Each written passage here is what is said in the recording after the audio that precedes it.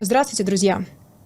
Hello, friends. 3 года назад я проснулась 3 и years поняла, ago, что I woke up началась война. and I realized that the war Проснулась как broke будто от out. кошмара. I Трудно woke up дышать. as if from a nightmare. Помню, как я смотрела I на struggled to телефон, и еще breathe, and I remember that I до того, как was его looking открыть, at я уже my phone, and понимала, before что все началось. taking it, I Как realized that сейчас помню, everything как я began. смотрела на тот телефон.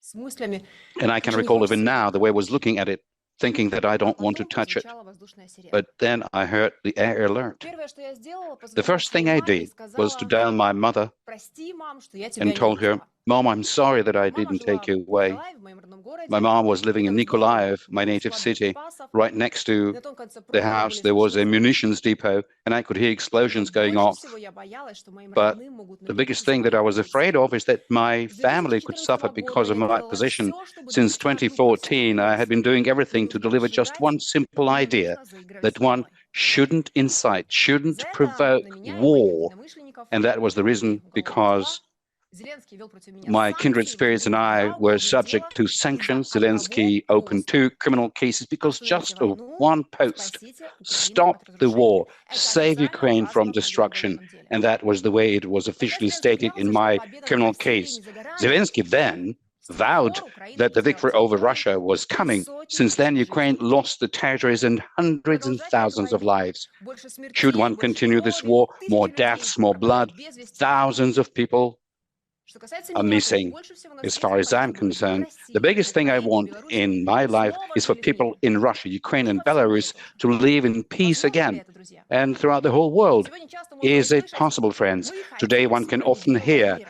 we Россия want хочет a справедливого just мира, peace. Украина хочет Russia wants a справедливого just мира, peace. США Ukraine хотят wants a just справедливого peace. мира. The US Но wants a как этого just peace. достичь, But how can если one каждый accomplish вершит it справедливость when мере себе? everybody is administering Быть justice миру, быть according to справедливости. his or И her own что такое yardstick? справедливый мир? Should there Сегодня be будем peace? отвечать Should на there эти be вопросы. just world? And that these are the questions that we're going to look for Решение answers о to. проведении специальной военной операции. Оружием большой дальности, воздушного и морского базирования по системам военного управления и энергетики Украины.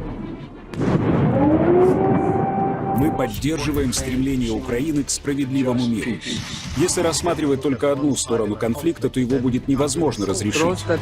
Евросоюз должен поддерживать Украину. НАТО будет поддерживать Украину. Ми будемо боротися скільки потрібно. Столько, сколько потребуется.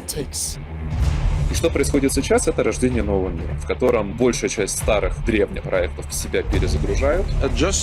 Справедливый мир не может означать замораживание конфликта. Дайте нам більше F-16. Дайте нам назад ядерну зброю. Внешняя политика США – это политика удваивания ставок. Война на Украине может перерасти в ядерный конфликт. Сегодня мы ближе к Третьей мировой войне, чем когда-либо. Нам надо заканчивать с этим конфликтом. Он хочет справедливого и прочного мира. Мир должен быть гораздо более справедливым. А хочемо закінчити справедливим миром. Мы хотим справедливого и прочного мира.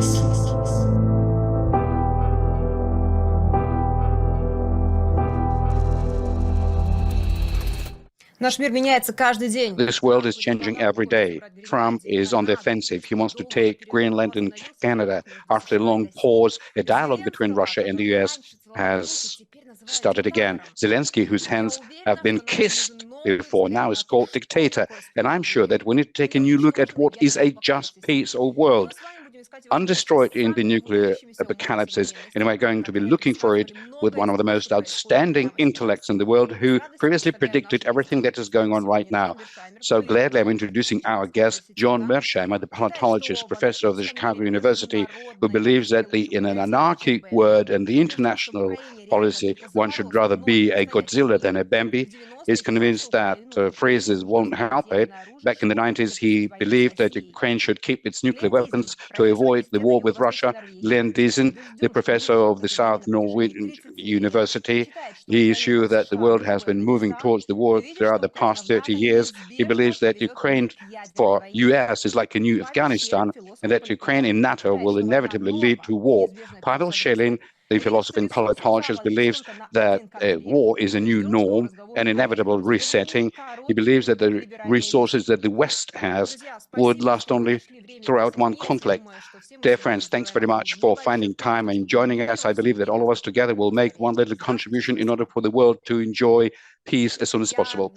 Hello, and thank you again. Let me briefly explain the way we're going to roll. I suggest that we should have an open discussion, and certainly when I'm going to ask you my questions, you gentlemen can ask questions of each other. So I also hope that we will hear interesting questions from our audience. And so the first question I would like to direct to all of our guests, and I suggest that you should answer it as a blitz response in one sentence. So, dear friends, if each of you had an opportunity to put together a plan for a just peace, what will be the first thing you'll do? Mr. Mearsheimer, hello. So what is it that you will do if you had such an opportunity, a plan for a just peace? Your first step. I would go to great lengths to end the war as quickly as possible, because I think that that is the only way to avoid further Ukrainian deaths, further Ukrainian loss of territory, and in effect, the destruction of Ukraine as a meaningful state. Глен, каков ваш ответ? Glenn, so what would you say?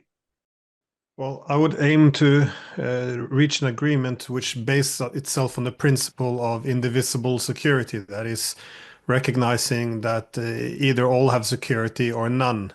And I know that this is often a difficult thing, because what I always teach my students, don't hate your opponents, because this leads to very poor policy. And it's also a very difficult thing to do in war, because I think it's in human nature to seek this group identity of us versus the opponent as being simply a struggle of good versus evil. I think this is very damaging and very dangerous in conflict, because the point of departure in international security is the security competition. So if you want lasting peace for Ukraine, then one also has to take into account the security concerns of Russia. This is something that the Europeans and Americans have also ignored. And again, I know that this is very difficult to do in a time of war, to recognize the security concern of your opponents. But I do think that this is what all sides have to do, including the Russians, of course. Pavel, а вы что бы сделали в первую Pavel, очередь, если бы у so вас what would you do in the first place if you would have had right now the opportunity to put together a just peace plan? Здравствуйте, Диана. Hello, Diana. I would start off by making sure that the parties privy to putting together such a plan would make sure that they first of all understand each other, because one of the key problems that we find in the modern international relationships, and which is the primary reason behind such a conflict, is like talking through a bad telephone line, sincere inability to understand what your counterpart is trying to deliver as a message. Whenever a counterparty speaks about its missions, its objectives, one should definitely accept it that this is being said based on the outlook, based on the understanding that he or she is eschewing. So the first step towards eliminating any reason for a war is an understanding of what kind of reasons have led to this conflict as viewed by your opponent. Thanks very much, dear friends. And my second question, let me remind you, if you feel necessary, you can ask each other a question, just simply raise your hands. So Russia and the West are at war in Ukraine. So I would like to ask you, if one is to fix the status quo, who has already lost and who has already won? Glenn, please. Well, I think the war has been lost by both NATO and Ukraine. I think that NATO has run out of weaponry. It's also run out of economic ability to support, and most recently with the new election in the United States, we see that the political willingness to support Ukraine has also ended.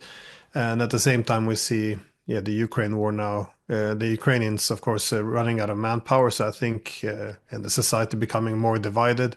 So I think, the two main losers of the Ukraine war has obviously been Ukraine, which has suffered greatly. The Russians, of course, also suffered greatly, but I think Europe is also drifting now into economic decline and geopolitical irrelevance. So there's a lot of losers in this war. Павел, а вы согласны, что Запад уже Pavel, проиграл? do you agree that the West has already lost it? В целом, да, я бы просто добавил несколько нюансов. Yes, but I would add a few points to it. If one is to put together a nesting doll out of the losers, in the first place, it would be Ukraine, European Union in the second place. Now, it's a separate question about the European Union as a whole, not specifically each European state. So there's a big difference because we're talking about the European Union as an entity. NATO is part of it as an entity. But also in this category, I don't know whether there is an adequate translation to it, a powerful grouping of leftist globalism, like the Democratic Party clan in the US, in Brussels, certain groups in the UN, which is not a bit of a statehood as such, but these are the groups which have been acting on behalf of the statehoods, respective statehoods, for a continuous period of time. And so they have already lost in the United States, for example, and so they're currently fighting to try and keep on to their power. But I would also add that there are the winners at this point in time, and the winner here obviously is Russia in terms of territories, in terms of demographic acquisitions. So if you draw it down to the bottom line in terms of the upgrading of their military, and also the big winners are the countries which didn't participate in this war, like the Saudi Arabia. Now, China indirectly, but less so. But I would also argue that there are quite a few countries in the global south which gained a lot of benefits from this conflict without investing anything directly into it. Thank you very much, Mr. Mearsheimer. Do you believe that Russia has already won? Yes, I agree basically with what Pavel and Glenn said. Let me just embellish their comments. First, I think there's no question that the biggest loser by far is Ukraine. I think it's absolutely horrible what's happened to Ukraine. It's lost roughly 20% of its territory, and I think it's possible that it will lose even more territory. Furthermore, the country has basically been wrecked. It's in terrible shape. And to sort of rebuild the rump state that's left is going to be incredibly difficult. I would also add that I would estimate that at least 1 million Ukrainian casualties have resulted from the war up to now. That's deaths plus wounded. This again is just catastrophic. So I think the big loser for sure is Ukraine. I think also the West has lost. And here I would focus more on NATO than on the EU. If you look at what's happening between Trump on one side and the European members of NATO, it looks like a divorce is taking place. It looks like Trump and the Europeans are at each other's throats, that there's a real fight taking place that will have disastrous consequences for NATO. So if you think back to the early years of this war, it looked like NATO had come together and that NATO was stronger than ever as a result of the Ukraine war. But now it appears that the exact opposite is the case and that NATO is fragmenting. And then finally, you have the Russians. I think the Russians have clearly won. I believe it's an ugly victory. They've suffered significant casualties, and it's not clear that they're going to end up with a peaceful agreement with Ukraine. And it could be the case that the Russians face constant trouble not only in the areas of Ukraine that they have captured, but in other places in Eastern Europe, all as a result of this conflict. I think when one cannot underestimate how remarkably foolish it was in April of 2008 for NATO to decide to bring Ukraine into the alliance, and then to continually push forward with that agenda when the Russians made it clear they were never going to let it happen. I think if no decision had ever been made to bring Ukraine into NATO, that today Ukraine would be intact. It would be enjoying the same borders that it had before the crisis broke out in 2014. So this was just a catastrophic mistake on the part of the West. And here I blame mainly the United States for pushing NATO expansion into Ukraine.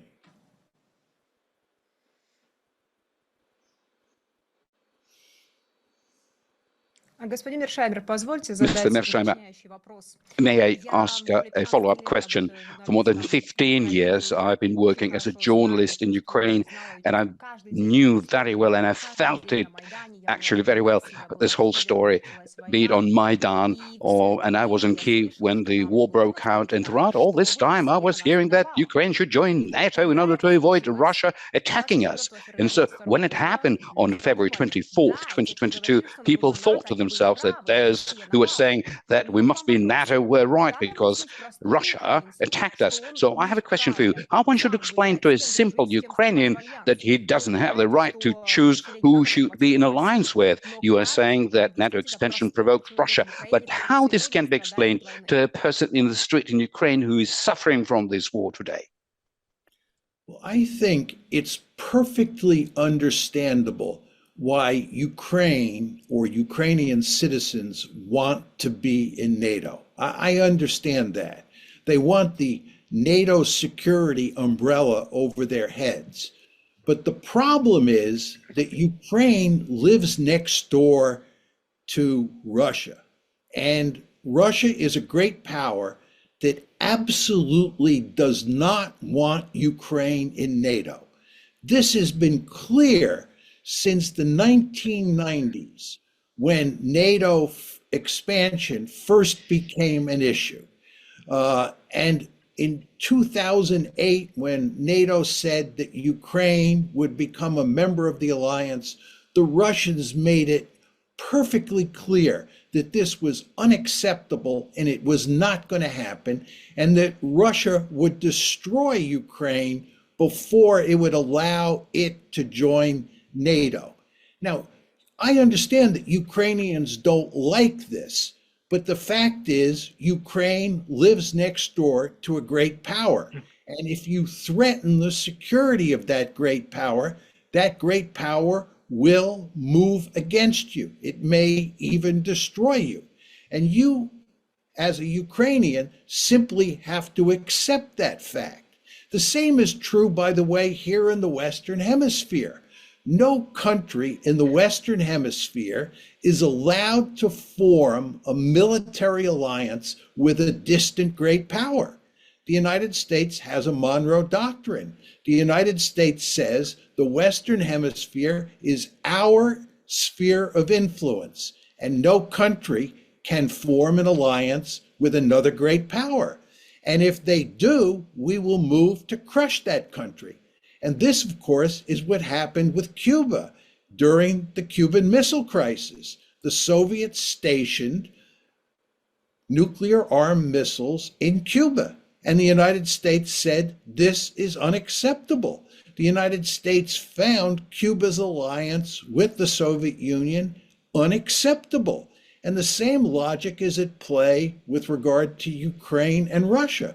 So Ukraine should have accepted the fact that it could not become a member of NATO, that it would only lead to endless trouble, and accepted the fact that it had to appease the Russians in certain ways. Is this a good outcome?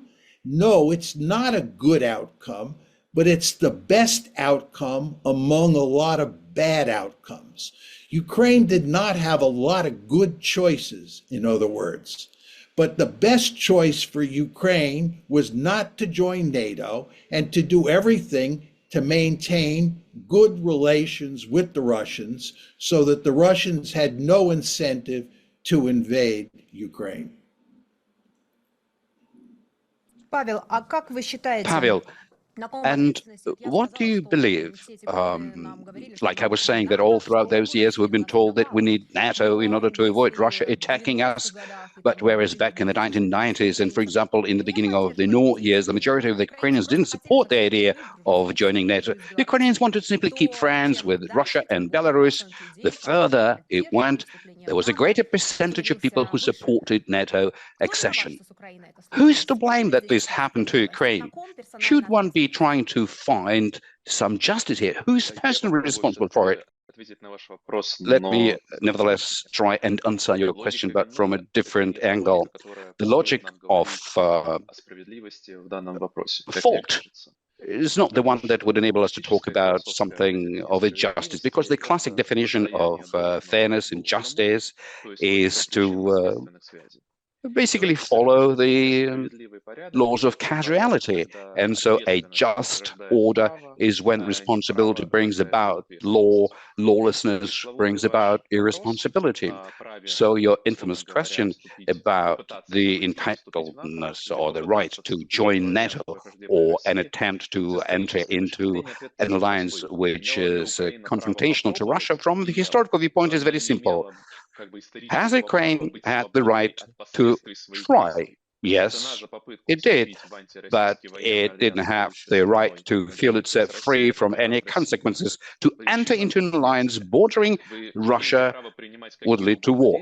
That is the consequence. You are entitled to undertake any sort of an action or to make any sort of a decision, but you are not entitled to be liberated from the consequences of your action. And that is the emotional tragedy that you're referring to in your question.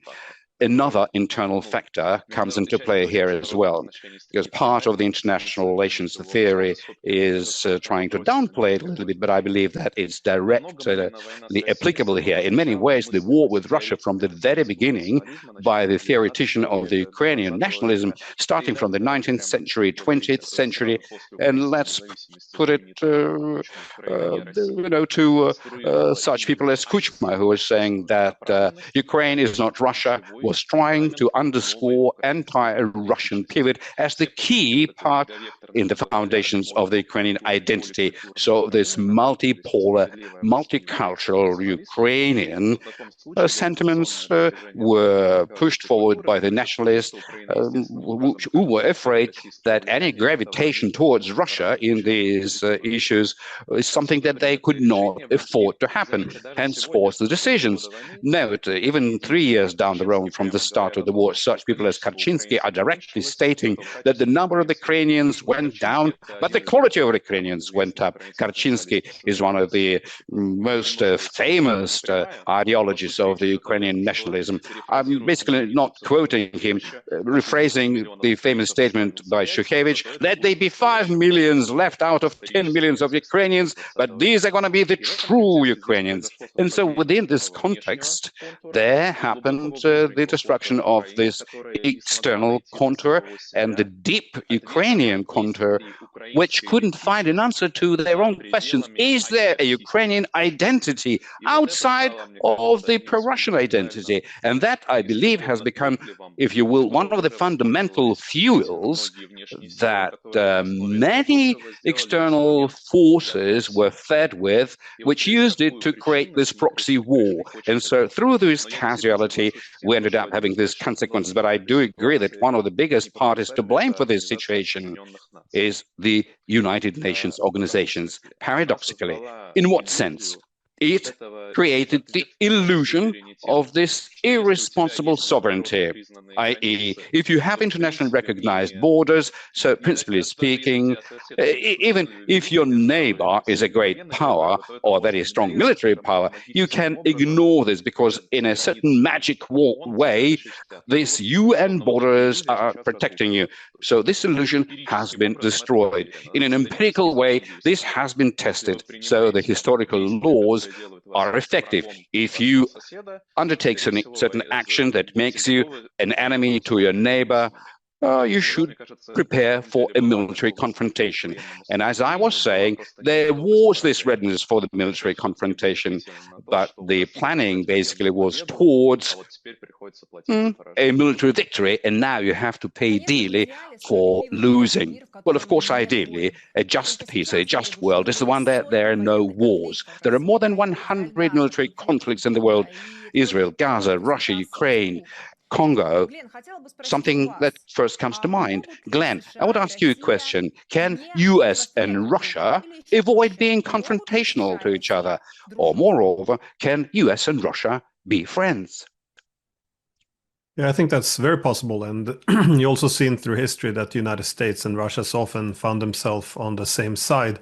But I also think that if you want to understand this huge shift now appearing on the United States side, where they're seemingly switching from being the biggest supporter of this proxy war in Ukraine to now, well, effectively preparing to throw Ukraine under the bus, I think it's you have to look at the shift of power, because after the Cold War, I think the United States aimed for a new security strategy based on global primacy. Now, this is very different from what security traditionally means, because in a multipolar system, if you want security among the great powers, there has to be some form of harmonizing interest with other great powers. So some basic ideas, such as, the Russians don't set themselves up on the border of America, America don't send its missiles on the border of Russia. So this is common sense. So you have to take into consideration the security of your opponents. If you don't, they will respond in a way which undermines your security.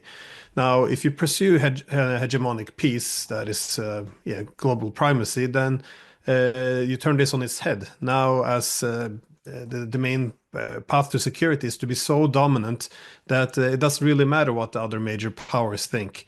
And this is what a lot of American leaders also warned in the 1990s, that of course expanding NATO will alienate Russia, because we're creating a security system in Europe which the US will maximize its security and completely ignore Russian concerns. But as both the opponents and the proponents of expanding NATO argued, does it really matter what Russia thinks? Because the way it was seen, it's a third-rate power. It's going from weak to weaker, and this was the general idea.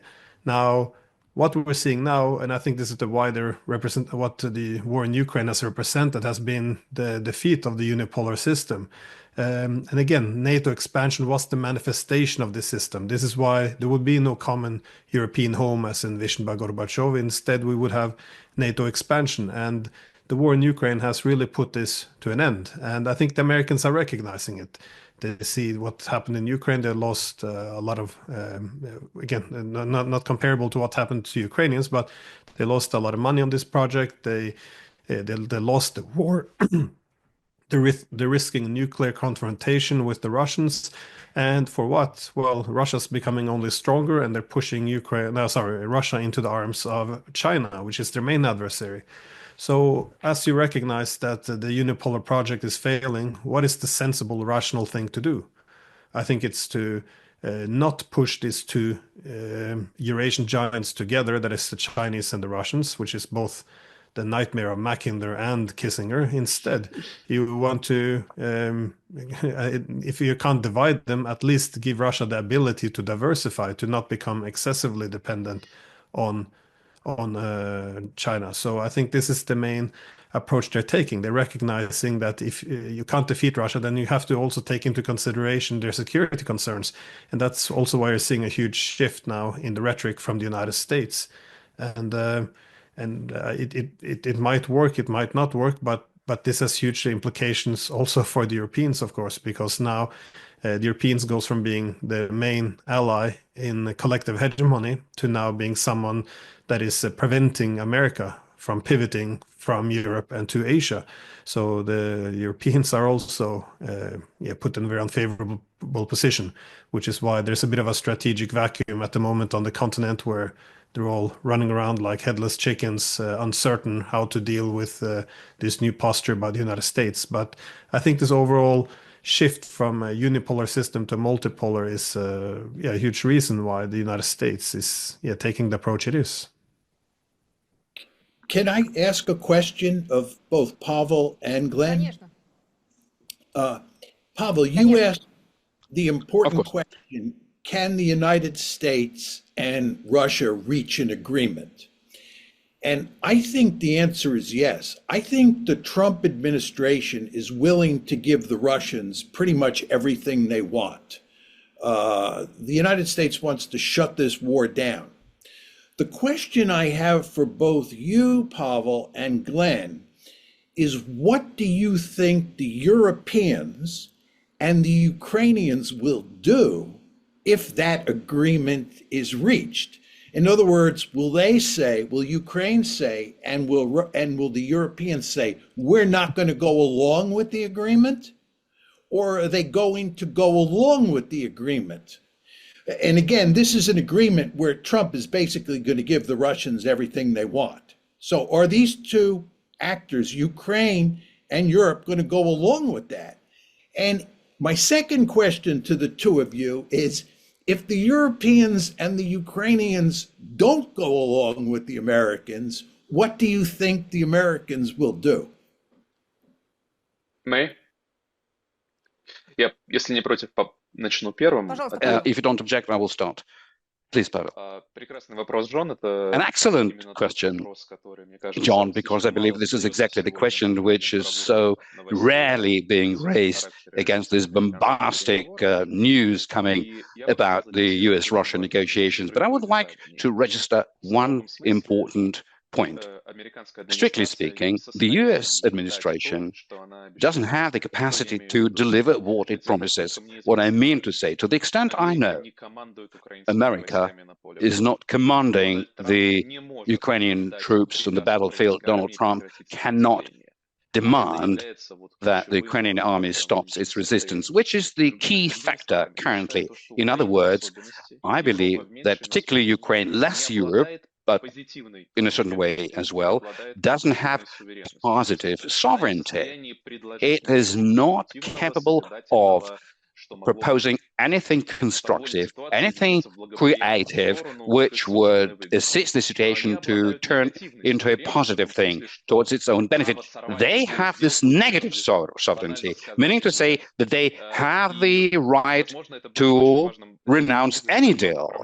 And so I believe this is one of the biggest problems for the international relations theory, to include irrational behavior into the analysis. From the point of view of the rational behavior, this is insanity, because eventually it would lead to greater losses, to the worst situation, to a much worse kind of a deal. But as the person who has been studying Ukrainian collective psychology, I would tell you that this is most probable, most likely scenario when to this bad-mouthing kind of a proposal. In the Ukraine, they have this saying, let my shed burn, let my house burn, let it all burn together. Let there be flood, after us. In other words, so I would say that Europe would rather, in its current state, would support Ukraine in these intentions, and we will see that the potential US-Russian agreements on Ukraine, even if they're reached, won't be able to come into reality in mid-term, short-term perspective. What will happen afterwards? I believe that the US will go for the Vietnam scenario. They will put Ukraine outside of the parentheses, would agree with Russia on anything that is of interest, the Arctic, the ballistic missiles, the big issues in bilateral security. But with regard to Ukraine, the American president will say, I sincerely wanted to offer them the best possible deal, but they didn't want to. They refused, and so we're not going to be solving their problems. So, strictly speaking, I believe this is the likeliest possible scenario. So, in a short-term perspective, intensification of the conflict, possibly 2025, may turn out to be even worse than in previously militarily, and then the US-Russian agreement on everything, disregarding Ukraine, a separate deal, and then after yet another spiral, an attempt to enter into certain other terms, the shape of which we may also envision, like separating Ukraine into individual spheres of interest. Thanks very much, Pavel. Before I ask Glenn to say, I often am saying that Zelensky is keeping the Ukrainian people as a hostage. Just take a look at the mass mobilization. If men wanted to go to the battlefield, we wouldn't see this despicable footage that we see every day with press gangs. Today, the parliament in Ukraine wanted to vote to support Zelensky, but couldn't collect enough votes. From my sources, I know that in the presidential office, to all of the municipalities in Ukraine, they have been tasked to create the vision that Zelensky enjoys around support. Glenn, over to you. Please. Does Trump understand that Ukraine is not Zelensky, that Zelensky today does not represent Ukraine? Well, first of all, let me just say that, yeah, no, I very much agree with the footage of, Ukrainian men being thrown into vans and driven to the front line. Yeah, it's quite heartbreaking now. I do think that Trump recognizes that, yes, Ukraine is not Zelensky. Indeed, he keeps making this point as well. I'm not sure if his numbers that Zelensky has a 4% approval rating is correct. I would guess that it's not, that this seems to be made up numbers, greatly exaggerated. But the main point, I guess, is to delegitimize and suggest that he doesn't properly represent Ukraine. Now, and this is also some of the pressure that the US could put on Ukraine. If it does not agree to a deal, they can simply get rid of Zelensky as well and I guess have him replaced. But in terms of your initial question, I think what can the Europeans and the Ukrainians really do if the Russians and Americans come to an agreement? I don't think much. I think the recent how they reacted to the Americans and the Russians meeting in Saudi Arabia was quite telling. That is, the Europeans rushed off to Paris to show that they were a cohesive unit and they were going to show that they were still a force, relevant force to be dealt with. Instead, it showed the exact opposite. Again, it was not a great display, and you had Zelensky going to United Arab Emirates, being in the proximity, but I'm not sure what the point was. I don't think anything constructive can be done in opposition, and I agree very much with what Pavel said with the problem of this, because I think a lot of it is the idealism has detached them very much from realism. That is, for the Europeans, they keep saying, well, Ukraine, it's unacceptable if they don't get to join NATO. It's unacceptable if they don't get all their territory back. But in this idealism, the alternative appears to be that Ukraine gets everything it wants, even though we, that is NATO, and Ukraine lost this war. So I think the alternative is something, something much worse. I think this is what we're moving towards. That is, Ukraine would collapse, and in its defeat, in the final stage of a war, we see that casualties usually skyrocket as well. So Ukraine would lose a lot more men, lose a lot more territory. And I often make the point that I think behind this idealism, there's a huge threat, because if you ask the Russians if they would be willing to accept Odessa, for example, being part of a neutral Ukraine, I think they would accept this in a peace agreement. However, if in this idealism you see from the NATO leaders, they're saying, well, after this war, Ukraine will become a part of NATO. This is a threat to the Russians. If you say this, you threaten their existence, and you give them the option of either Odessa being NATO territory or Russian territory, you guarantee that they will take Odessa. So all of this idealism, it's doing a lot of harm. And so this is the whole threat, I guess, of addressing the world as you wish it was, as opposed to how it actually is. So, but what exactly can the Trump administration do? I think there's two things they can do if the Ukrainians and the Europeans put up a big fight and oppose its peace initiative. One is, of course, can put pressure on both and they can get rid of Zelensky in Ukraine, and in Europe they can always lean on the Italians or other weak links, which might move away from the center. Alternatively, and probably more likely, I think what was just suggested now, the Americans will just walk away, say, we put forward our best deal. You didn't want it. Now it's your mess. And indeed, it looks like the United States is mainly focusing on repairing the bilateral ties between the US and the Russians. So, in other words, they would like to pull out of Ukraine, so they can also, to some extent, pull out of Europe. And ideally, as they see now the war being lost, if they can simply dump this on the Europeans, I think the Europeans, the United States would get some of what it actually wants. Now, what's very strange to me is as Trump uses bombastic language and the Europeans really want to show that they stand with Ukraine, they effectively say, well, if you walk away, we're going to double down. So we're ready to take over this disaster, which is about to collapse.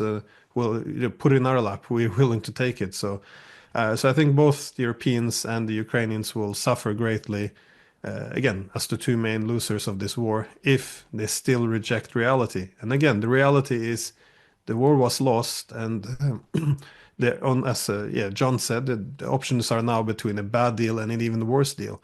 And I do think that the bad deal coming now from Washington and Moscow is the best deal on the table. Diana, can I make a quick point to Glenn? Yes, please, of course, John, please. Glenn, you said before that the Trump administration was throwing the Ukrainians under the bus. And lots of people make that argument. I don't think that's true. And I don't think it's consistent with everything you've said otherwise in your comments. Because the deal that Trump is putting on the table is the best possible deal for Ukraine. Ukraine should take the deal. Again, it's a lousy deal. It's a terrible deal, but it's the best deal available. So I think it's the Biden administration and the previous American administrations that really did enormous damage to Ukraine. The Biden administration is principally responsible for this disaster that we now face in Ukraine. I think Trump is behaving in a fundamentally different way. I'm normally not a big fan of Trump, but I think in this particular case, the solution he's pushing forward is the best solution for Ukraine. So I don't think he's throwing Ukraine under the bus. Sorry, may I correct my answer?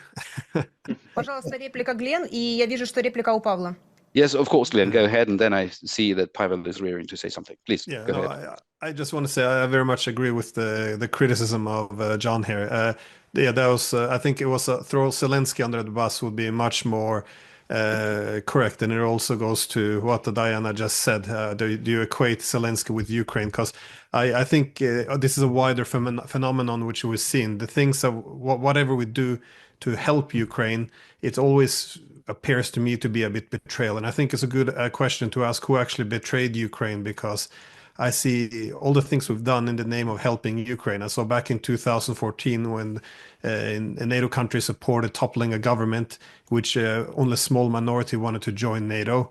I saw the Minsk agreement being undermined for 7 years, despite the fact that all the Western countries recognized this was the only peaceful path to resolving the conflict. So when Zelensky won this peace on the peace mandate in 2019 with 73% of the vote, based on, again, a peace platform, how it was also opposed to take this was seen by a lot of the NATO countries as capitulation and pressured him to reverse. And of course, 2022, the Ukrainians and Russians wanted to find a peace agreement, and then rejected this as well. And of course, for 3 years during this war, as we watched hundreds of thousands of young men die on the front line, we refused to even sit down with the Russians to find a way of mitigating some of this, this horrors of war.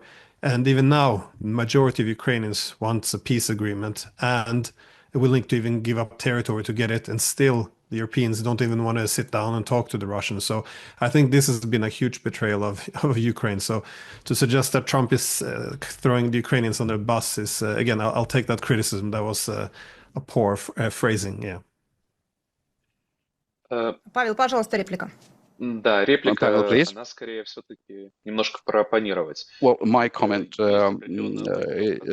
is this. There's a bit of a logic, I agree, which would be appropriate, maybe not to say throw under the bus, but to use such a phrase as a scapegoat, because what's important is that the war has been lost, that the war was joined by NATO, US for Ukraine, and so Trump's strategy right now, despite the fact that the US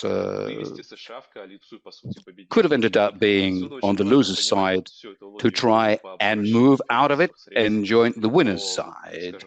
So in terms of creating a beneficial deal for the Americans in the first place, that is the way it is being proposed serves the purpose that even against the fact that the previous administrations created this conflict, and in many ways, currently, the US ended up being on the side of the losers. The current administrations, through this 180 degrees turnaround, is trying to make sure that the US ends up in the winner's camp. That is understandable, but one should really comprehend it, because it's not only something that you see in Zelensky. Many of my acquaintances in the well-to-do people in Kiev are currently looking at it as a betrayal, and that really pushes them together, makes them more concerted. To put it simply, we all signed up to go to war against Russia, and now we're losing all individually. And so in this sense, what Mr. Diesen told us is very, very appropriate. John, I have a question to you. If I would disagree with all of you simultaneously and would ask the following question, can we imagine that during their meeting back in 2021, Biden and Putin reached some kind of secret agreements which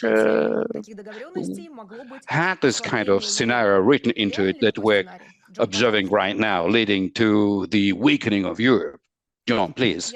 Is this something that is realistic? Let me explain. Because everything that we're currently witnessing, largely speaking, is a plan to destroy Europe. I don't think there's any evidence that Putin and Biden reached a secret agreement back in 2021. My view is that Putin desperately wanted to avoid a war over Ukraine, and that Putin went to great lengths to try to avoid a war. Throughout the course of 2021, he made overtures to the United States and to the West that were designed to avoid a war. The letter that he wrote on December 17th, 2021, to both President Biden and to Jens Stoltenberg were designed to avoid a war. It was the United States, and it was especially President Biden, who I actually think didn't think a war would be such a bad thing. I think it's quite remarkable if you look at how Biden behaved in December of 2021, in January and February of 2021, toward Russia. You see evidence that he was not doing anything to prevent a war, even though he thought a war was likely. I mean, it's important to emphasize that the Biden administration in those months right before the war broke out was saying loudly and clearly that the Russians are going to start a war. Okay, if the Biden administration believes that, shouldn't they be working hard to prevent that war? Yes, they should, but they were not. And the reason is, I believe that the West, and here we're talking mainly about the United States and mainly President Biden, believed that we could win the war against Russia. We believed that the Ukrainians would do quite well on the battlefield because we had armed and trained large numbers of Ukrainian forces. But more importantly, we thought economic sanctions would bring the Russians to their knees. They would really damage Russia. And the combination of Ukrainian successes on the battlefield, coupled with economic sanctions, would in effect defeat Russia so badly that it would be knocked out of the ranks of the great powers. It would no longer be a great power. This is why I think the Biden administration was so anxious, right? So anxious not to reach an agreement with Putin and allow a war to start. And of course, as we all know, once the war starts and negotiations start in Istanbul, and it looks like you might get an agreement to end the war, an agreement that Zelensky seems to be happy with, it's the West that comes in and tells Zelensky to walk away from the negotiations. And the question you want to ask yourself is why? And the answer is that the Biden administration thought that we could inflict a significant defeat on the Russians. We thought the Russians were in real trouble, that we had the Russians right where we wanted them, and we could deliver a decisive blow to them. Of course, we were dead wrong. But I think that was how the United States was thinking at the time. And again, I want to repeat that I do not think Putin was anxious for a war. I do not think Putin was confident that he could beat the sanctions. Of course, he has beaten the sanctions over time, but I don't believe that he thought that was the case early in the war. So I think the idea that Putin and Biden were scheming together to weaken the Europeans and maybe even weaken Ukraine at the same time is not consistent with the facts. Mr. Mearsheimer, I know that you are not really having much time left, so with your permission, I will direct a few questions to John and we shall continue. Back in the 90s, you supported the idea according to which Ukraine would retain its nuclear weapons. So what would be your answer now to the question? Are you for Ukraine to keep its nuclear weapons? Well, I was probably the only person in the West who argued in 1993 that Ukraine should keep its nuclear weapons. Virtually everybody I knew thought that I was crazy. I should emphasize that there was no talk of NATO expansion at the time. NATO expansion happened in 1994. So when I was advocating that Ukraine keep its nuclear weapons, I was more concerned about the fact that Ukraine was a multinational state and that there were large numbers of Ukrainians and ethnic Russians mixed together. And given the war that was taking place in the wars, I should say, the various wars that were taking place in the Balkans at the time, I thought that it made eminently good sense for Ukraine to keep its nuclear weapons because the Russians might invade Ukraine if a conflict broke out between ethnic Russians and ethnic Ukrainians. So that was my thinking at the time. And of course, the next year NATO expansion started, and it would have been good for Ukraine to have nuclear weapons to deal with all of the trouble that came with NATO expansion. But your question is, what can Ukraine do today? There is no way, in my opinion, that Russia would allow Ukraine to get nuclear weapons. Furthermore, I do not think the United States would allow Ukraine to get nuclear weapons. You want to understand that great powers like the United States and Russia have a deep-seated interest in making sure that there is as little nuclear proliferation in the system as possible.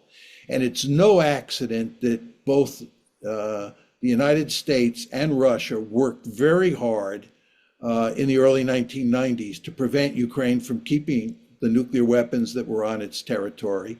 It's no accident that the United States, Russia, and China all worked very hard to prevent Ukraine from acquiring nuclear weapons and helped craft the JCPOA, the agreement designed to prevent Iran from acquiring nuclear weapons that was crafted in 2015. So I think both the Russians and the Americans would go to great lengths to prevent Ukraine from getting nuclear weapons. So I think it's no longer viable. I think that Ukraine had a window of opportunity in the early 1990s, and they missed their opportunity to acquire nuclear weapons. And I don't think it's going to come along again.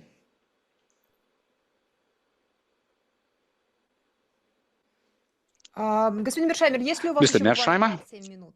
do you still have just about 5-7 minutes, please? Sure. I actually can stay for another 20 minutes if you like. And then I have to go because I have to go. Чудесно. Это прекрасная новость. Мы очень хотим. That's great news. Thank you very much. We would very much have you. Pavel, do you have something to say? I have a question to John, if I may, because the question is related to the nature of our discussion and something that I mentioned in the very beginning. I'm very curious to find out what John thinks about the reasons of a certain strategic deafness which manifests itself in any negotiations, even up to the recent weeks, and maybe continuing. What I mean is this. For example, throughout the past 6 weeks in the US and European media, there is an active discussion about the peacemakers, the European peacemakers, forces deployed on the ground.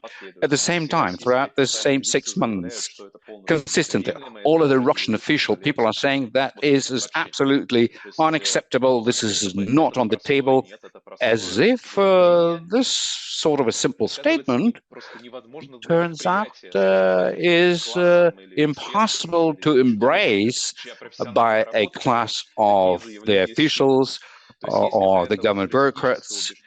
So if there is any strategic conviction or a certain manner of activities or action to agree with each other, while the logic of your opponent and it's your opponent's capacity to undermine any attempts is not being considered as plausible. I mean, I have my own cultural explanations how to explain this, but it would be really very curious to hear the way John may explain why it is happening this way. Yes, I'll give you my views. Then I'd be actually anxious to hear what Glenn has to say as well. I think there are 2 main reasons. One is there is profound Russophobia in the West. It's very hard to believe, and I'll say more about that in a minute. But the second reason is this really gets to the question of who is going to be seen as ultimately having responsibility for this disaster, for this catastrophe. Now, what exactly do I mean? First of all, with regard to the Russophobia, there's profound Russophobia for a variety of reasons. One is the Russians stood up to the United States. They stood up to the West. They didn't just throw their hands up and surrender. Secondly, in the United States, Democrats believe that the Russians are responsible for Hillary Clinton's defeat in 2016. This is the famous or infamous Russiagate charge. There is no evidence to support this. Hillary Clinton lost to Donald Trump in 2016 because she was a terrible candidate. But huge numbers of Democrats still believe that Putin and Russia more generally are responsible for Hillary Clinton's defeat. And then I think the third reason has to do with social values. The fact is that Russia has resisted America's interest in spreading liberal values all over the world. And Russia prides itself on representing traditional values. So there is a real ideological clash between the liberal elites in the United States and Russia. And they think Russia is a retrograde country, just like they think Viktor Orban is the devil incarnate because he embraces traditional values. So all of these factors have combined to present this incredible Russophobia that makes it almost impossible to say anything positive about the Russians or for President Trump to try to strike up a deal with the Russians over Ukraine. Then the second issue is the question of who has blood on their hands. Now, you want to understand that everybody recognizes that Ukraine has been a catastrophe. This is a catastrophic outcome of this war, no matter how it turns out in its details. And the question that's going to be raised moving forward is who is responsible? And people like Glenn and I argue that the West is principally responsible. And I argue that it's the United States that's principally responsible because it's mainly NATO expansion that is responsible. And therefore, the West has blood on its hands.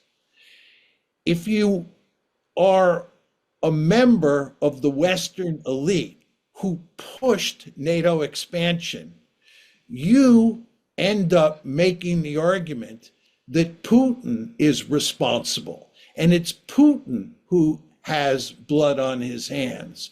Putin caused this crisis and eventually caused what has turned out to be a catastrophe. And if you want to make that argument, which almost everybody in the foreign policy establishments in the West wants to make, you have to portray Vladimir Putin as the second coming of Adolf Hitler, modern Russia as the equivalent of Nazi Germany, and the Russian army as the equivalent of the Wehrmacht. So that further contributes to the Russophobia, the demonization of Russia in the West. And in my opinion, explains in large part why you cannot get the elites to agree that we should try to work out some sort of arrangement with Russia to end the Ukraine war. Простите, я скорректирую вопрос, просто уточню. Let me just slightly correct my question. Do I understand correctly? Do I understand correctly that this irrational, if you will, ideological factor is so strong that it prevents any possibility to talk about real options? What I mean, for example, yes, one can consider that Putin is the Hitler incarnate. You can sustain your ideological bias, but ideally that shouldn't be in the way to accept the fact that militarily Russia has the capacity to win in this war. And simply because it has this military capacity, its terms need to be accepted, while your coalition doesn't have this military capabilities. So did I understand correctly that it is specifically the ideology that makes it impossible to embrace these infamous realities on the ground that the Russian diplomacy is referring to? All right, John, and then Glenn will say something, please. Yes, I think, Pavel, it's the ideology that dominates among the Western elites, but it does not apply to Donald Trump. It's very important to understand what an anomaly Trump is. Trump is out of sync with the Western elites. The Western foreign policy establishment is driven by this ideological hatred of Russia, this Russophobia. But Trump is not.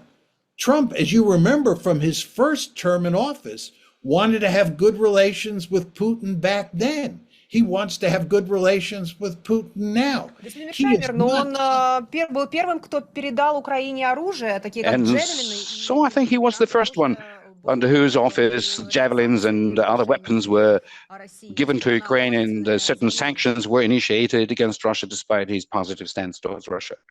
That's exactly right, Diana. And what was going on there is that Trump got into a huge battle with the foreign policy establishment over Russia, and he lost. Trump lost.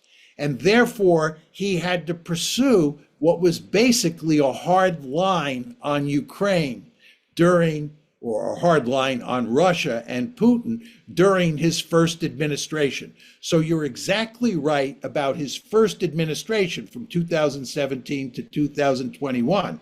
But he's been reelected, he learned his lesson, and now he's come in and he's determined to act differently toward Russia and toward Putin this time than he did last time. And if the liberal elites in the foreign policy establishment don't like it, Trump's view is that's too bad. I'm in charge and I'm going to do what I want to do. Глен, пожалуйста. И, кстати Glenn, говоря, please. And by the way, I wanted to make it a little bit more specific because we've discussed ideology, and indeed we are observing the right pivot in the world. But could you be more specific? Is Trump a revolution? Or maybe this is something that is an implementation of the plans by the elites, that the old ways no longer work, and that is the new way for the elites to make sure that they accomplish what they want. Please. Well, I think to explain the Western hostility towards Russia, as well as how Trump can be seen as revolutionary, I think it both has its grounding in power as well as ideology. Now, it's worth keeping in mind that a lot of the conflicts we have today were quite predictable. Indeed, the great statesman of the United States, George Kennedy, warned about this in the 1990s, that if we would expand NATO, what would happen we would end up in conflict with the Russians, and we would blame the evil nature of Russia for this conflict when they finally retaliated. And the reason is because whatever we dressed up in a lovely language of European integration effectively meant that we were pushing the zero-sum choice on very deeply divided societies, not just Ukraine, but Moldova, Georgia, saying either has to belong to us or the other. So they become a chessboard of the great powers, so pulling them in different direction, but also within the societies, as we see in Ukraine, the efforts to effectively then de-Russify populations, which results in, of course, catastrophe there as well. Anyways, I think that if you look at both the power and the ideology, I think the power, which Trump comes at an interesting point of time in history, is we always had been too dependent on Russia as a boogeyman in order to also create some proper Western solidarity. Now, the only thing that would break this from a power perspective, if suddenly outside of the West you would have non-Western powers suddenly emerge, which would be large and which would then give us incentive to embrace Russia. And I think China is this power. If there was no large China, I don't think Trump would be this friendly towards the Russians. But otherwise, I also think that ideology is something behind this. I very much agree on the Russiagate years. But keep in mind that in Britain, back in 1836, Richard Cobden published this pamphlet where he warned against Russophobia. Again, this is almost 200 years ago. We argued, yeah, sure, we have our differences with the Russians, but a lot of the hatred towards Russia is, it's not rational, and it made the British pursue very irrational policies. And they said, again, Cobden made the argument, if the Russians threaten our interest, we should take decisive action. But this Russophobia we have now, it goes against common sense and our ability to pursue our own interests. And again, this was 1836, and it kind of continued ever since. Now, there's many reasons for this. One can argue, of course, this Mackinder view, if you will, that the Russians are threatening to undermine the role of sea powers. But it's also, I think, this broader issue that the identity creation we often had in the West is we also always saw Russia as our other. So they were the East to our West. They were the Asiatic peoples in our Europe. They were the barbarians to our civilization. And then, of course, a lot of it was ethnic focused. And then in the Cold War, we saw it shift more to ideology.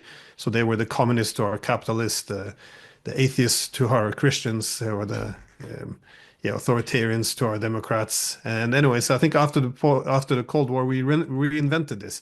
As we didn't want to have a shared continent with the Russians, we reinvented this as everything is seen as this prism between liberal democracy versus authoritarianism. All of these are good placeholders for good versus evil. And this means that there's very little acceptance for any legitimate Russian security concerns or interest. And also, I think, a very deep hatred, which is why we pursue these policies, which are quite mad, which doesn't serve our interest and predictably lead to disaster. So I think Trump in this respect is unique because he enters at a time when China is emerging and sees this as a main threat. And this has to have a rethink of how we look at Russia, because now they're not the big, giant main threat in the East. And second, of course, is, as John said, he doesn't really buy into this view of liberal democracy versus authoritarianism.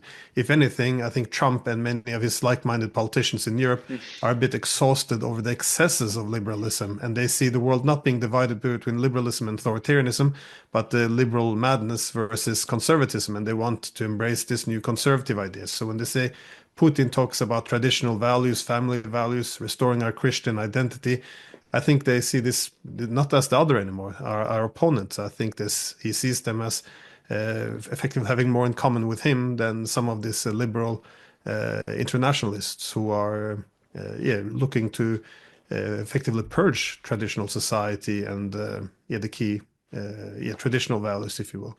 So, but I very much agree with Trump's personality. I think he's the only one who could pull this off.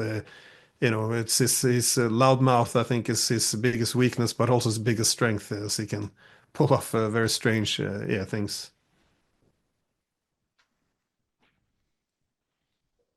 Thank you very much, Glenn. I have a question that I would like to direct to all of you gentlemen.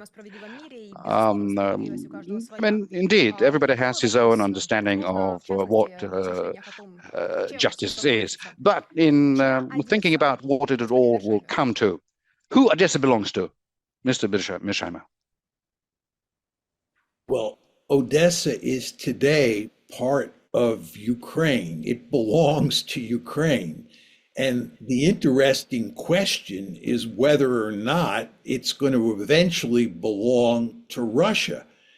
And I agree with what Glenn said earlier, that if we can cut a deal now, if we can get some sort of agreement now, and there's a neutral Ukraine, it is highly likely that Odessa will remain part of Ukraine, which I think is very important for Ukraine. Ukraine should want to keep Odessa because it's on the Black Sea coast, and plus Ukraine wants to keep as much of its territory as possible. And this is why I think we should cut a deal now. But as Glenn said, if we don't cut a deal, the Russians are going to be incentivized to take more territory than the 4 oblasts and Crimea that they've now formally annexed. And I would not be surprised at all if they move to take Odessa, which would be catastrophic for Ukraine. Вы думаете, Путин согласен будет завершить военные действия? Putin will be ready to put a stop to the military activities and leave Odessa to Ukraine? Well, it all depends on whether or not you get a negotiated agreement to end the war. And that negotiated agreement has to be based on the various terms that Putin has laid out.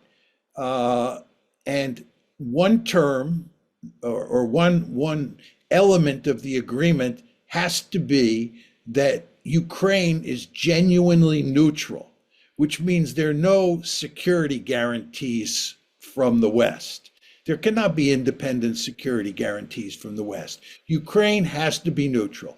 Furthermore, Ukraine is going to have a rather small and weak military.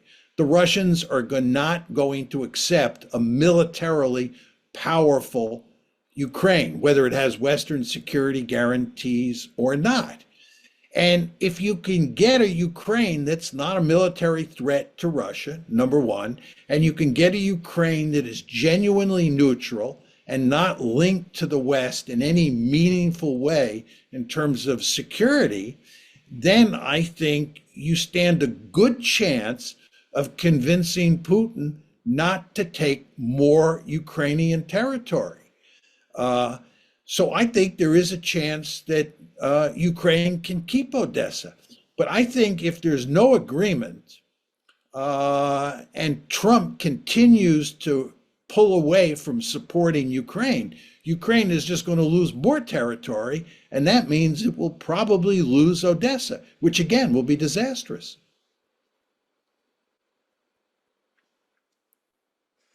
Mr.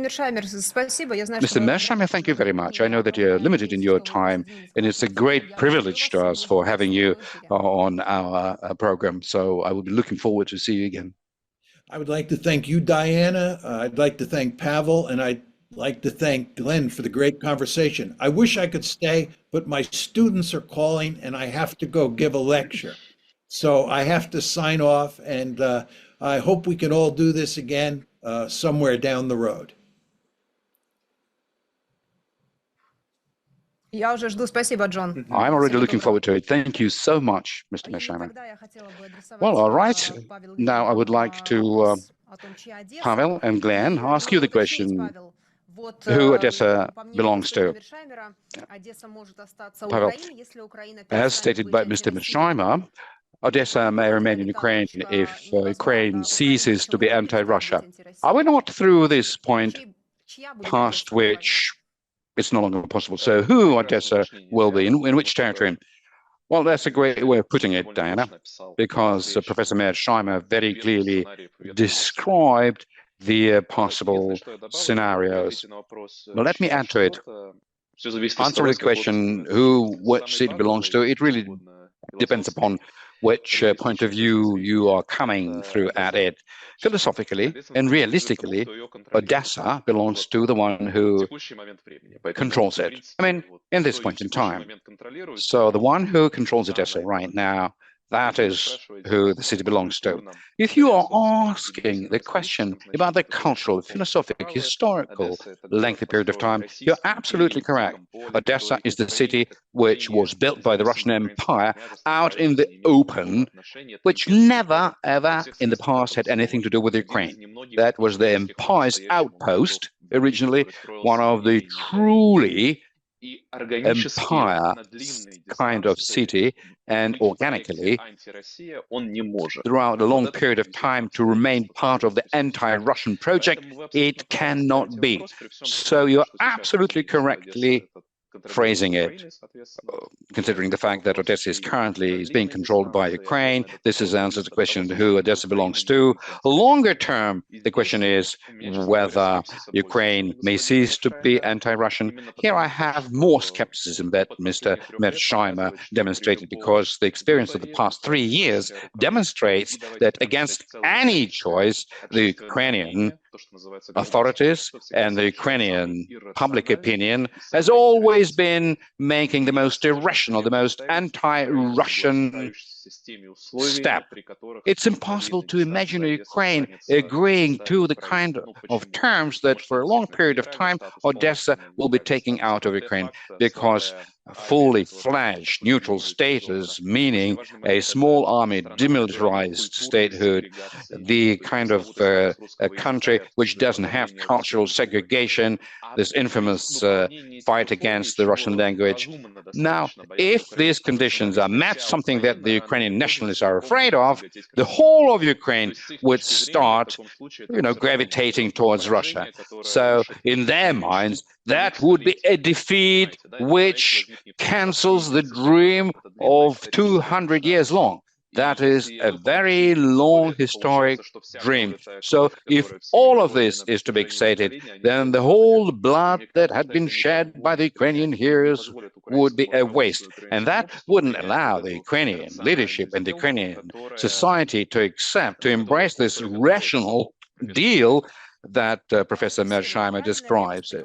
Now, let me just make sure, did I understand correctly, Pavel? You believe that if there are conditions that Odessa may remain in Ukraine is when Odessa is no longer Ukraine.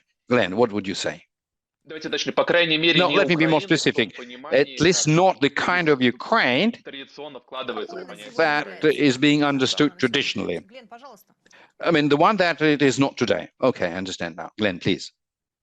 Well, I I very much like the way Pavel framed it, and I think it's for just you have to ask for whom. I guess from my perspective, I think Odessa today belongs to Ukraine, but it's important also to accommodate the Russian perspective there, which is, as also Pavel pointed out, historically this is a very Russian city. And if the goal is to de-Russify, that is purge Ukraine of its Russian history by, for example, removing monuments of Catherine the Great in Odessa, and making ethnic Russians and Russian speakers second-rate citizens, what you will see more coming from Russia then is the idea questioning why this is a part of Ukraine to begin with, because as Putin has pointed out as well, when the Soviet Union collapsed, huge territories which were part of historical Russia with millions of Russians were left outside of the borders. Now the Russians made their peace with this, saying that, history is history, and now it belongs to Ukraine.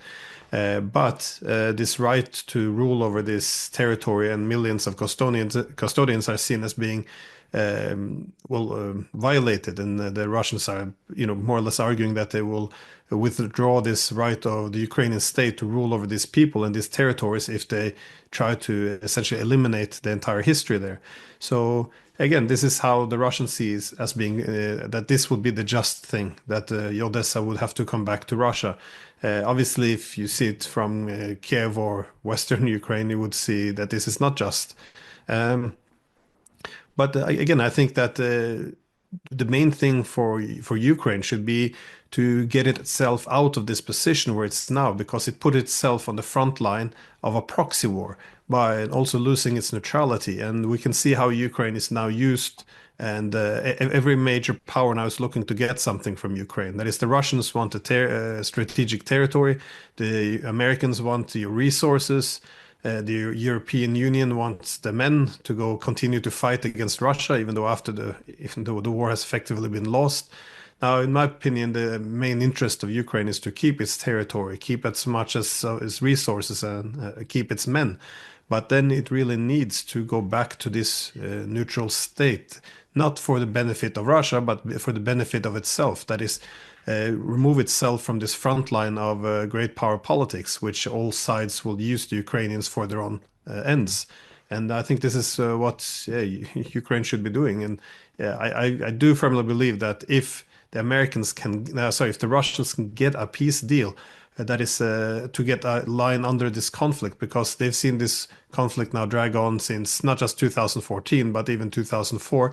If they can just get a settlement with which the West agrees to and Ukraine agrees to, and finally end this conflict once and for all, I think that they would be willing to make concessions, including promising that, for example, Odessa will be forever Ukrainian.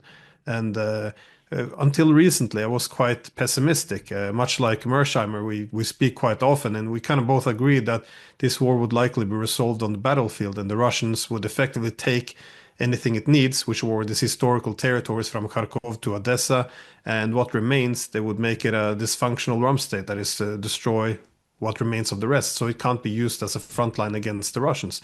Now, this is a very dark future for Ukraine. So when Trump now offers to make a deal with the Russians, that is to promise no NATO, accept territorial concessions, and say, we're not going to have any security guarantees, which includes American troops, I think is a real possibility that, a bad deal can be given to Ukraine, which at least will remove these other alternatives, which will be so incredibly horrible. And so, yeah, I think this is what the Ukraine should opt for. Again, this horrible deal which the Americans are now making, because alternatively, I do think that most of the historical territories of Russia will go back to Russia simply because this is where the Russians will have at least some friendly locals. It will be easier to hold these territories. These are also the strategic territories in terms of resources, soil, and coastline to the Black Sea. And without it, I think the ability of Ukraine to exist as a state continuing, I think, will be severely undermined. So, so again, I think the neutrality is really the core here. Though, as long as Ukraine doesn't make itself a threat to Russia by accommodating NATO, I think the Russians will be willing to go to great lengths to make sure that this conflict is over once and for all.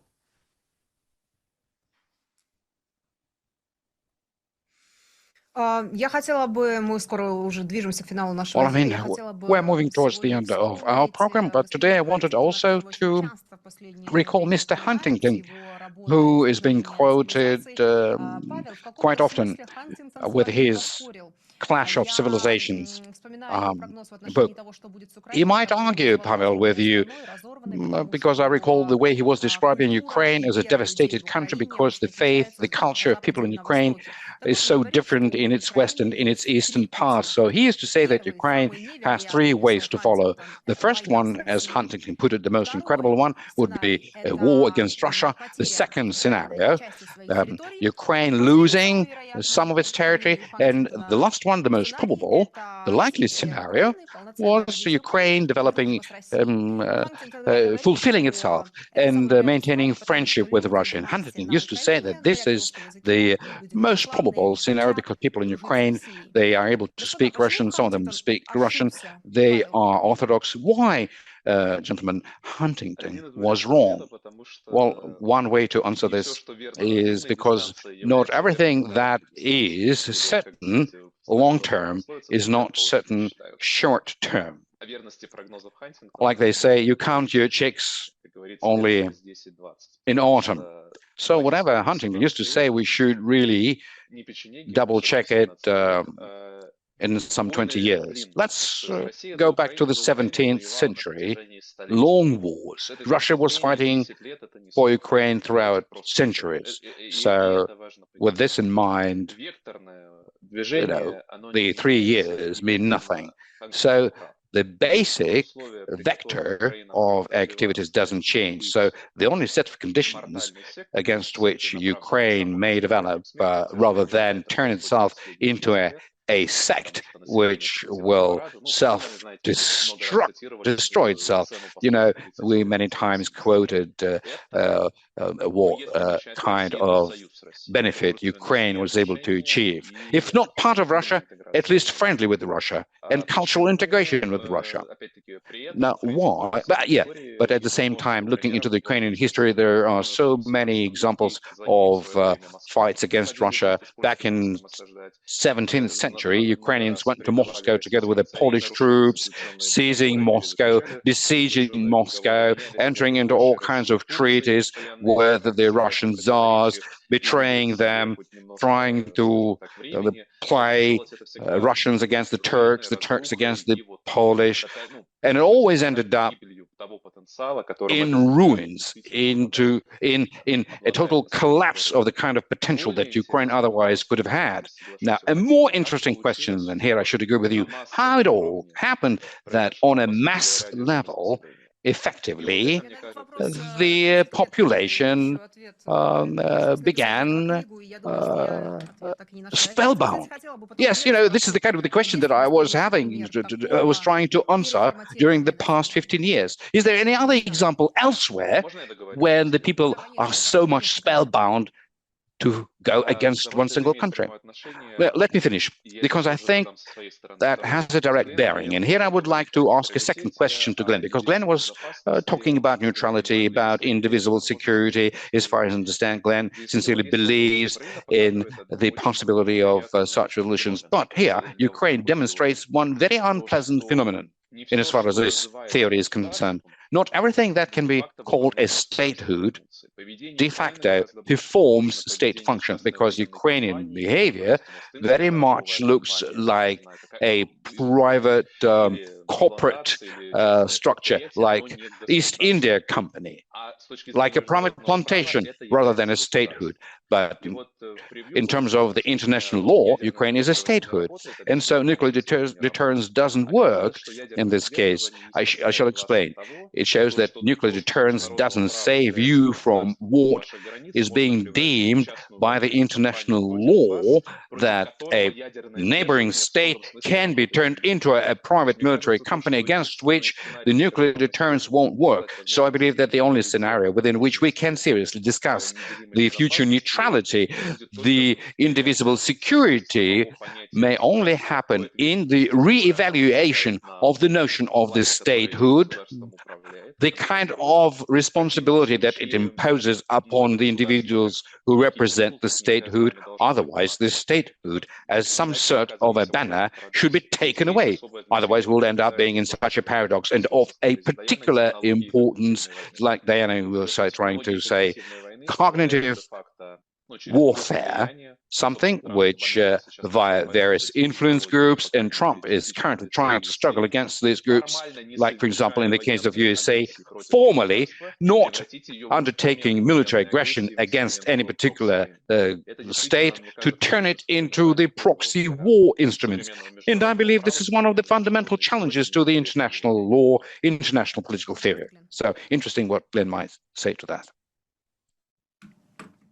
Well, if I understood it correctly, this was a questioning of whether or not Ukraine can actually maintain statehood. Is this a reference then to the way the political elites behave, or the divergent identities from within Ukraine? May I rephrase in English, just to be clear? The question is that the very idea of statehood, the very concept of statehood, not just Ukrainian nowadays, I think, is challenged. Because the reality of proxy war, the reality is that certain phenomena, which according to international laws are states, do not behave like states. They behave more like a private enterprises or like private military companies. And you end up being in a conundrum. So even nuclear weapon doesn't protect you from, let's say, another foreign power using the technology of cognitive warfare, turning your neighborhood state into a private military company to be used against you. And in international law, it doesn't count as an aggression against you. That was, I think, the Russian problem. So we see certain form of aggression against our interests, but technically from international law standpoint, as long as it's within the Ukrainian borders, it's not an aggression against our security interest. And I think that's a huge conundrum for basically the whole theory of international relations, because it presupposes that all states are equal. And in my opinion, that's the problem. States are not really equal, and we need somehow to deal with it. Yeah, no, that's a great question, but I'm not sure if I could answer it. I think a key problem though for Ukraine is indeed that it's had too much excessive external influence over it. And again, one can point to 2014 only by the way the US other powers were asserting very intrusive influence over Ukraine. But of course, one can also then look towards the corruption among the elites, who are, again, as you can say, treat Ukraine like a big corporation. But I think a key problem is that statehood is, at least the modern statehood has been rooted in a nation. And I think a key problem in Ukraine is exactly that there is no consensus on what a nation is. Now, I don't want to oversimplify, but if in Ukraine, if you have in Western Ukrainians, they see that there's essentially one ethnicity, one culture, one language, then the Eastern Ukrainians become your other, your exact opposite, because they're the one preserving what is seen to be the Russian imperial legacy. So they're the one calling for dual language, dual culture, dual ethnicities. While if you're in Eastern Ukraine, they will see it the other way. Then the Western Ukrainians become the opposite, because they threaten to unravel what it means to be Ukrainian, which is acceptance of, again, both cultures and languages. So it's very hard to bring this together. And again, I think that's why Solzhenitsyn once he pointed out that this close relations between the Russians and Ukrainians were a double-edged sword. On one hand, for some, it becomes a source of brotherhood, but for the other side, it is seen as something that undermines sovereignty. And I think both positions can be correct to some point. That is, if Ukraine wants to be a sovereign nation state, they first have to define properly the nation. And I think this would require, again, an independent national identity, but not one which is anti-Russian. And I think this is where the Bandera grouping has gone very wrong, because this is as anti-Russian as it can be. And the obsession about Russia as the other, as the opponent, is also something that is, I guess, very, very dangerous. So again, while in the identity sphere, I would think that Ukraine would be better as, well, if it wants to be a sovereign, independent state, it has to have an independent identity, but not one that's anti-Russian. I think in the economic space, I would say the same. That is, Ukraine should diversify its economic ties. If it only has ties with Russia, of course, it will be more or less absorbed. So it's good to diversify also, to deal with all centers of power, something that might be much easier, by the way, in a multipolar system. However, not to cut economic ties with Russia, because this is, it's going to hurt everything from economic prosperity, but also then make the Russians very anxious as well about the direction of Ukraine. But I guess, not a wider question whether or not it should be a state like any other state. It's difficult for me to say, I guess. Я хотела бы небольшую ремарку внести. I would like to mention a certain point, because I very much agree with the kind of statement that people in Ukraine, both in the East and the West, are different from each other. And as far as the national Ukrainian identity is concerned, we had it since 1991. This whole idea was about neutrality, as was stated in the Ukrainian constitution, which was rewritten under Poroshenko. Ukraine always has been trying to be neutral and friendly to its neighbors. And I'm talking about most of the people from Odessa, from Zhytomyr, in other cities. There was a small group of people who were very much aggressive towards Russia, but that was the minimum number of them. And until 2014, those were the fringes of the Ukrainian society. But in terms of why people so dramatically changed their attitude with regard to many issues like the history, friendship with Russia, there are also simple explanations to it. And actually, these are the kind of explanations that we can see in the funds allocated into USAID. The colossal amount of money spent to turn Ukraine into anti-Russia.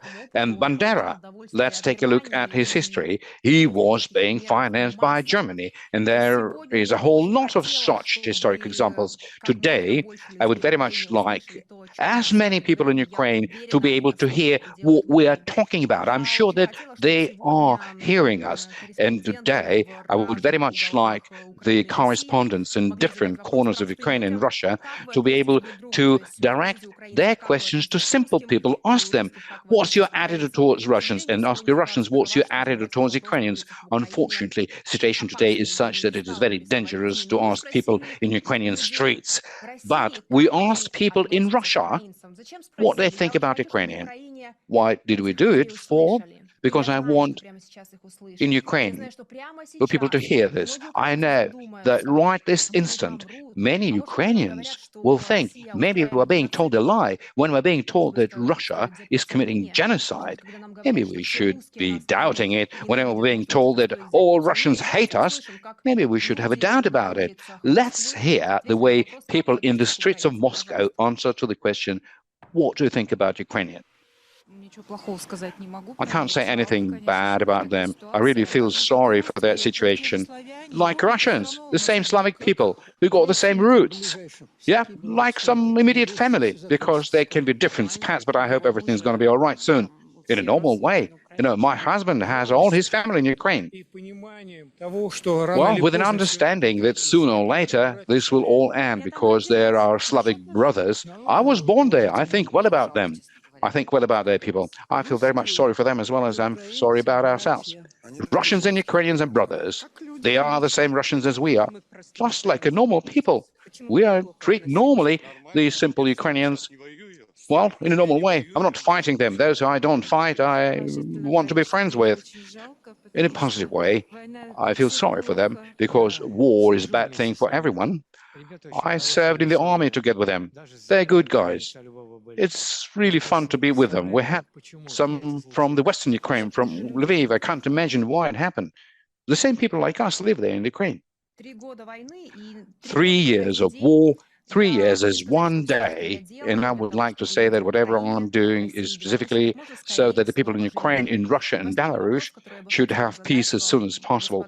And my last question that I would like to ask you, what we can do, is there something that depends upon us, depends upon the simple Ukrainians and Russians, so that what one should do in order for the people in Russia, Ukraine and Belarus to live in peace again?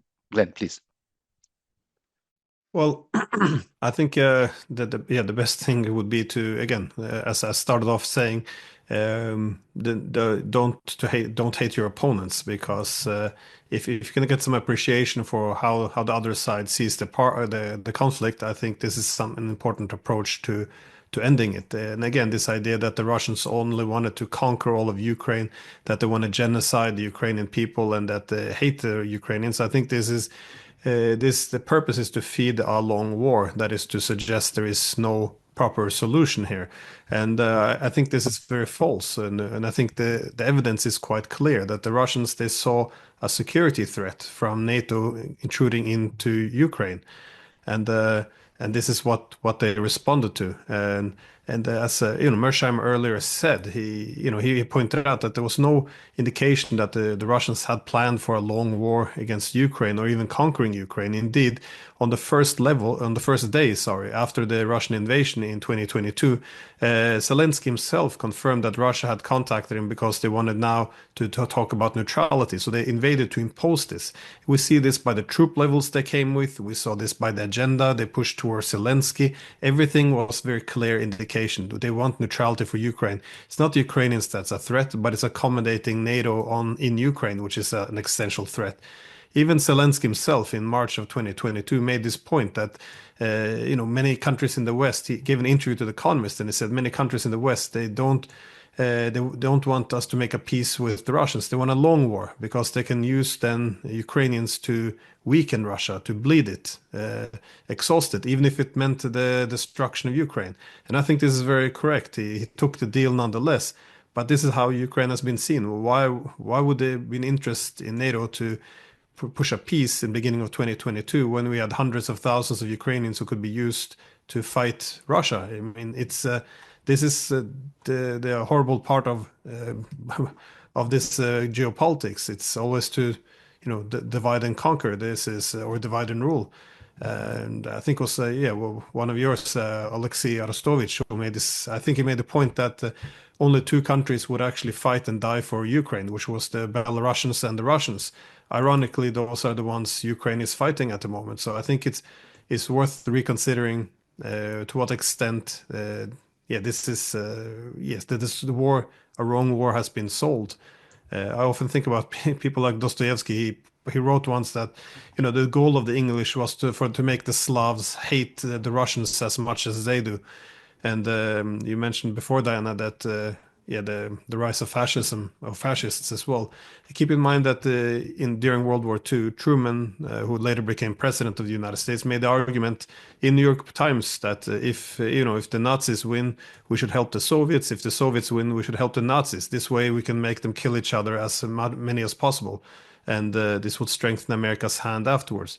So this is also why the U.S. supported a lot of the Bandera types throughout in the early years of the Cold War until they were defeated, and that's why they're useful today. Because the main project after the Cold War in Europe has been to create a Europe without Russia, and this creates common allies effectively for those who want to create a Ukraine without Russians as well. And I think that this has been a huge disaster, and has shown now this is why the two major losers have been both Ukraine as well as the Europeans, because we're destroying our own continent and we're destroying Ukraine as well. So I would, just back to this point, don't hate your opponent. If you can take a rational view, try to explain accept or at least think about what their main security concerns are, because the narrative which is being sold to us day by day is intended to create a long war, but it's always framed in morality and what's just, which is why it's so compelling.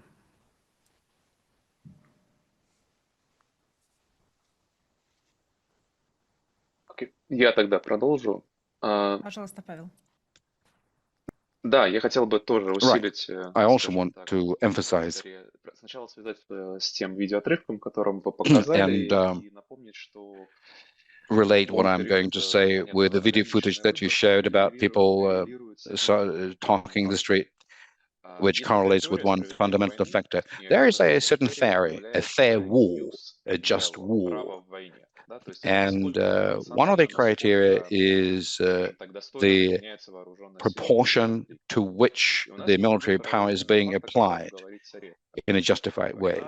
And there's one thing that is very rarely mentioned this day. Ukrainian war today is the first war over the past 100 years where there is such a little share of civilian victims, non-combatant victims. This one fact speaks a lot. I mean that Russia may have any kind of goals, but not the genocide, because the losses in terms of the ratio between the combatants and non-combatants, maybe 10 times more losses amongst the soldiers. So this is the first war during the past 100 years with such a ratio. In all the rest of the wars, there are more civilian casualties compared to the military one. So you need to really become aware of it, and that resonates to the kind of the mood that the people were mentioning in your street interviews.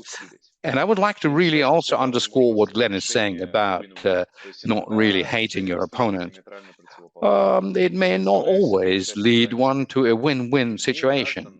It could be different. I can imagine a certain Ukrainian elites for whom membership in NATO is existential. They would rather die rather than agree to not this being the case. I can imagine a certain line of arguments, a certain line of thinking that they follow. But even in this kind of a confrontation, hate is destructive. Those who love violence are being hated by God. You know, I think the Bible or not the Bible is saying it, I don't know, but this is something that I heard. And the borders continuously have been changing throughout the history. But what one definitely can control is to control one's hate, and not to control it for the benefit of your enemy, but for the benefit of your own self. One of the fundamental reasons as to why Ukraine has lost, because back in 2021, it seemed like Russia was almost on the verge of collapsing. Ukrainians have been consumed by hate as opposed to their opponents. And that was the token of their defeat. So, drawing the line, I indeed would like to wish to the people, to embrace the fact that the war is not going to disappear. Peace is impossible unless the reasons which led to war becoming possible would disappear. But in order to do that, you must be honest. What do you sow? What kind of decisions you make? And you must understand what kind of price you will have to pay. The big problem of the past 30 years, rephrasing the Isaiah prophet, we thought that we could live through the times but you could sow the tempest and not mow anything. No, if you sow the wind, you will mow the tempest, and you must be honest to yourself. Once the tempest comes, that you will have to pay for dearly. And so it seems to me that honesty today may not become the resolution, but at least the point from which the path to resolution may shape itself up, and that may become the token of the good outcome. Thanks very much, Pavel. Thanks very much, Glenn. I'm extremely grateful to you for your brilliant answers, and I'm grateful on behalf of all the Ukrainians, because I know that Ukrainians are listening to us today, and I know that maybe not very much so, but at least we're able to make peace come nearer. Thanks to Pavel, thanks to Glenn, thanks to Professor Mearsheimer. Dear friends, I'm very grateful to all of you who were with us during this broadcast. I view it as a very, very important activity. What I started out with, like I said, exactly 3 years ago, I got up in the morning with this understanding that the war was breaking out. So what I wish to all of us is to think that the war is going to come to an end. And for that to happen, I'm very grateful to all of you who commented and sent us your comments. We received the news that in 1 hour time, Putin is going to hold a press conference. Maybe there will be some news that he would disclose about the negotiating process. Very often you write in your comments, Diana, is there anything that depends upon us? Our guests pronounced many incredible words, how important it is not to allow hatred to get into your heart, about how one should think critically. And so the only thing that I would like to add on my own behalf, when it seems that there is no choice for us to make, each of us can make a choice. And what I want us to choose, definitely not war. I would like us in Ukraine to remember that Ukraine and Zelensky don't equate. The people in Ukraine is not the hostage to its government. In every difficult situation, we have a chance, we have a choice, either to forgive or hate, to forgive or hate. I wish to all of us, the soonest possible peace. Subscribe to the Panchenko channel, subscribe to the Telegram Panchenko channel. See you soon.